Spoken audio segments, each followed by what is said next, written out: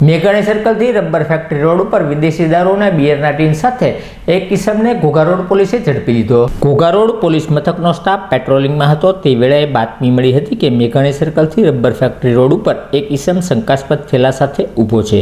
જે બાતમીના આધારે ઘોઘા રોડ પોલીસે દોડી જઈ શંકાસ્પદ થેલા સાથે ઊભેલા હિતેશભાઈ હિંમતભાઈ રાઠોડના થેલાની તલાશી લેતા વિદેશી દારૂના ચપટા અને બિયરના ટીન મળી આવતા ઘોઘા રોડ પોલીસે હિતેશભાઈની અટકાયત કરી ધોરણસરની કાર્યવાહી હાથ ધરી હતી।